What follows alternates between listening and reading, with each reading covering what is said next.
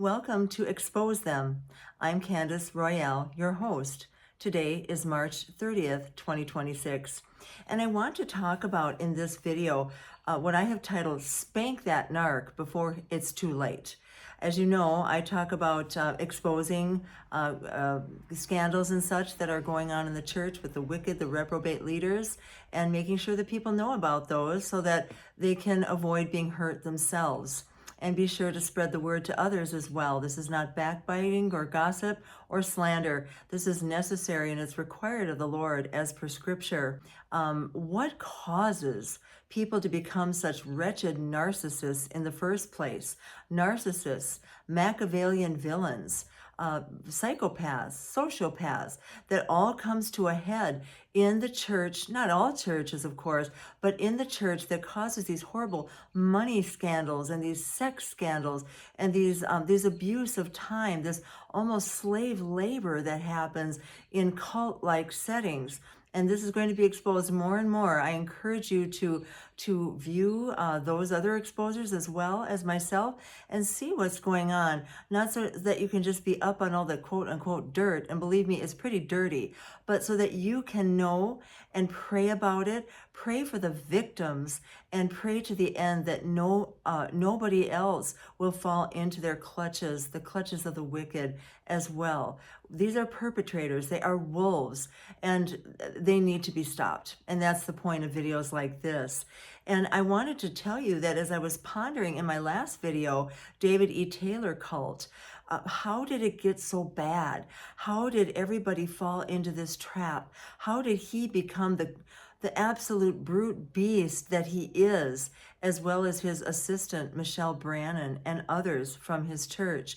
What makes this happen? It doesn't always go into a pure cult-like setting, but every one of these church exposures have some type of cult-like attributes and characteristics to them, even if they're on a smaller scale. Well, I was thinking back. If you take each of these people back, these wolves, these predators, these rip-off artists, these flat-out criminals, then you will take them back to their youth, maybe even their childhood, their infanthood. We can't go all the way back to know how it was for everybody in utero, and I'm not really looking to do that in this video. But when you think of it, and again, I don't want to berate parents. Parents struggle no matter what level they are at of their knowledge of how to properly raise a child, how to scripturally raise a child. Everybody can struggle. It's wonderful being a parent, and it's very difficult at the same time. But what I have noticed is a massive falling away of a couple of things that mean a lot to children to grow up following the straight and narrow, to standing in the plumb line of God. And that's number one. They've taken God out of the schools and trying so hard to take him out of the government. And that is one of the most devastating things that can happen to any country, and of course eventually falls all the way into socialism, Marxism, and communism. I'm not going there today in this video. What I am going to lean on more, though, is spanking. I know that sounds like a harsh word, but it's still legal in 50 states, and it is also scriptural. Look in the Proverbs under scriptures that talk about the rod. That is not as harsh sounding as it might seem. Look at some of these. A rod is a tool of guidance and correction. In Proverbs 13:24, whoever spares using the rod on a child's bottom hates or spoils them. Proverbs 22:15, the rod of discipline drives folly far from a child. Proverbs 23:13 and 14, do not withhold discipline from a child. If you strike him with a rod, he will not die. He won't die. If you strike him with the rod, you will actually save him from hell. I might add that it will not only save him from hell, but it will save him from corrupting society. And that's where we come in with the exposing. If we go back to spanking and put that back into families, which most families have completely deleted under the guise of they think it's illegal or it's just abusive, it's not. But when you take that feature out, You are actually enabling your child to become spoiled, rotten. And if you look at fruit in a fruit bowl, what would you rather eat? Fresh fruit that's beautiful or the spoiled stuff? People who spoil their children create lazy, whining, and complaining children. It's just a fact of life. It's just a natural ebb and flow of things. And nobody likes to be around a child like that, and neither do you. So let's take a look here at what some of the reasons are to spank, especially when you think of in the future turning your child out to be a productive, contributing citizen to your society, to your country, instead of one that sucks and takes and steals, kills, and destroys everything in their path. Attitude is the number one reason. The attitude is linked straight to the heart. And when you have a rotten attitude, you have a bad heart forming. Go for the attitudes, how they sass and so forth. That is spank worthy. Stealing, lying, meanness, swearing, just simply not listening. Now, I want to those are obvious things that you would spank for. I want to say not everything is spank worthy, but when what you're trying to do with reason and simple words and presenting consequences to them if they don't obey you doesn't work, that's when you go to spanking. It's kind of like your go to guns, so to speak. It's the last thing you try or do implement to make sure that attitude, that behavior is corrected now. Because if it's off even 1 degree down here from straight, and it's off just a little down here, it's going to go farther and farther and farther until it's way off trajectory. And now you're going to see a gaping distance when they're 15 and you're visiting them in juvie. All right, remember, you've got to set some no rules. No has to mean no. If you say no, you've got to back that up. If they beg when you're thinking about a request that they make, beg and whine and tug on you, then it's really an answer no. Then they just solved the answer for you. Now it's no. I was thinking about it before, but you just made it no. And if you say no to them and they go to the other parent, then that's spank worthy also, because that's manipulation, conniving, and deceit. And again, it may start small down here as a child, but it's going to end up way out there as an adult, and that will affect society as a whole. Spanking is, as I said, it's allowed in 50 states. And a simple way to do it is just know that from about the ages of 2 to 9, you can start spanking your child. At about 8, 9, or 10, they're old enough at that point that you can use more reason with them and try to work more consequences into it. But you may have to still do a little spanking to sort of ebb off or wean off of it as it goes. It is very effective, and your children will truly respect you for this. Administer as many swats during the spanking as they are years old. 2 for a 2-year-old, 4 for a 4-year-old, 6 for a 6-year-old, and so forth. Take a switch from partially dry weeds that are not sharp, that could cut or cause bleeding, but just make an impact. And it's a very quick motion. It's just like so, very quick. And you don't have to drag that out. Remember, you're not abusing, you're not hitting, you're not trying to leave bruises, you're not furious and taking rage out on them, you're not verbally berating them. This has nothing of the kind to do with it. That's nothing of the kind to do with it. I really want to stress that. Make sure it stings enough for them to learn, but not to disable them in any way. And when you're done with the spanking, it's nothing you have any communication with during the time. But afterwards is when you talk. You can draw them close to you and hold them, kiss their hair, to expect that apology, and make sure you get one with the proper tone from them. Don't apologize to them for spanking, but make sure they know you don't take delight in that. This is just something that God has given us to do because He loves us and we love them, and we just want it to be better for everybody in the long run.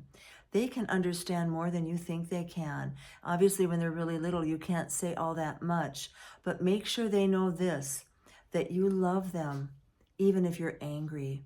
And yes, you might be angry when you spank them, but we can be angry, just not sin or abuse with it.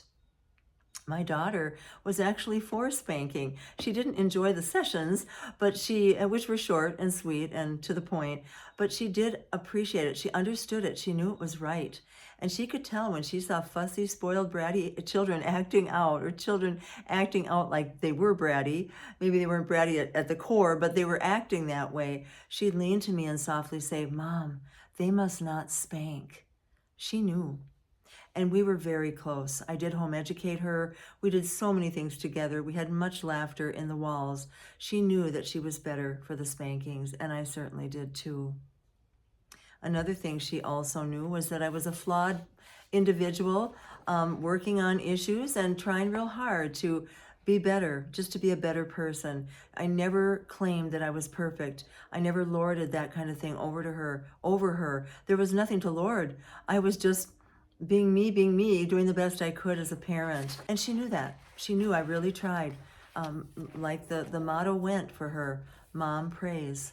It was always my go-to. She knew that I was always trying, and I did ask her to forgive me too. I didn't let her spank me, but I asked her to forgive me when it was needed. I always tried to keep short records and keep everything clear and open in communications to keep it balanced and proper. Okay, start with good, clean diet. Clean filtered water, an animal-based diet with potentially a little bit of fruit, raw honey, and raw milk. Oh, you can't go wrong with an animal-based diet. Keep away from the refined foods and the refined sugars and the seed oils and such. There's so much toxicity in that. You can get nothing good out of something that comes out of a box and by and large out of a can, and certainly out of a sugar store. Work. Chores are the best form of character development. Give them things to do that go with their age. Buy them little miniature versions of brooms and strollers and kitchen sets and tools for boys. Make sure they've always got something to keep them busy and something to contribute to the family. No matter how young they are, they can always do chores with you, and as they get older, they can start to do them for you. It gives them a great self-image. It gives them a boost that they're included and they're needed and they're capable and competent. Don't just do everything for them and spoil them and coddle them. You will truly rot them if you do. Play. Maintain the innocence. Laugh much. Pray much. Have fun. Do things together. Home educate them. There's so much you can do. Take them outside. Let them experience the earth and the trees and go barefoot. Don't always keep them in shoes unless, of course, it's too cold to not have shoes on. Barefoot's the best way to be. Get them out in the sun. Let them experience what is called earthing or grounding. There's actually energy that God has put right into the ground and rises right up through the trees. Touch the trees, smell everything, pull on the grass and the weeds, feel it, see it, hear the birds, notice things. Take time to slow down for a certain period of time that you can walk through a forest and just engage with the pine cones and rub them in your hands and under your feet and just really engage with the nature that God gave us. It's the most healing time of your day. And as early as you can do this every day, the better, because there's more nutrients in the sun than anything else. And we get more potency from the sun in the first hour of the day than we do any other day or any other part of the day. Ride bikes, walk, dance, play, have foot races, animals, sports, swim, winter sliding, make snowmen. And then in your schooling, have God at the center, home educate them. Their goal is to become stellar at doing life. And when they hit the ground running, when they graduate, bam, they know how to do everything that they're going to know as an adult in terms of mobile banking and handling a credit card or doing bank statements, even writing a check. They'll have to do that once in a while, using Venmo, Cash App, and just making proper change when they use cash. Don't let them just be only dependent on the plastic. preparing for whatever college and of course marriage they're going to have, and raising their own children. Don't fob your bummy son off on a wonderful daughter-in-law that you always wanted to have, and he doesn't even know how to push his own toast handle down so he can make his own toast in the morning. Make sure he can do the laundry and do all the things. I'm not saying feminize him. He should be more the outdoor guy and the fix-it guy and the all-around-the-house guy. But you can do those things too. Have him be sure he can do both. And be sure she's not totally incompetent under the hood of a car and so forth. Really prepare them for that other person so that they're an asset and not a draw and a drain. Read book form picture Bibles. Book form. In other words, not screen. Don't let them have their own phone right away. Wait as many years as possible for that, unless they absolutely need it. Don't let them take your phone and utilize it. Don't let them just be chronically addicted to some kind of screen. Give them books to read, real books. It literally affects the brain very positively. Like I said, laugh intentionally, laugh often. Your body doesn't know if it's really funny or not. It just knows you're laughing, and it throws out the endorphin, which promotes clarity, neuron connection, good health, strong bones. Laughter is so much. Incorporate them into the planning and cooking of a meal. And teaching them how to host when people come over. Don't just leave that to the girls. Make sure the guys know that too. They're going to have to host someday as well. Engage with their interest. Be open to meeting their friends. Find out what they like. And don't overlook the easy children for the choleric, bully, stubborn ones. Learn how to balance your parenting. Don't do the 1, 2, 3 magic kind of thing where you threaten them with 1, 2, 3. Don't make me come out there. And then they've just learned that you really never do it anyway. All you're really teaching them in that method is simply to not obey you, or that you've got 3 more counts, or maybe 10 this time. All they're thinking is it's ridiculous, comical, and they're laughing behind your back. Don't let them swear and name call and hit or push. And don't let them ignore you. Get right up there in their face. Bring them in where you need them to be.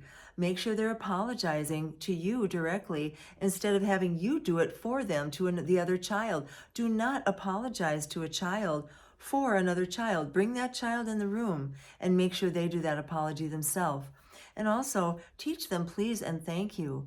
I am astounded at how many children won't say that. They don't think they have to. They're so coddled, they're so nurtured, they're so under expected. We need them to live up to expectations, not pat down those expectations so they don't have to do any living at all. All right, I think that pretty much gives you the idea. Let me know in the comment section if you want to hear any more about this type of thing. If you have any questions, I am a coach for women getting free of narcissistic relationships, abusive relationships. I will put my email on the screen here. You'll be able to see that, and you can contact me that way. I'm also quite good with parenting, so if you have any further parenting questions, please reach out. God bless you richly, and I'll see you in the next video. Thanks for being here.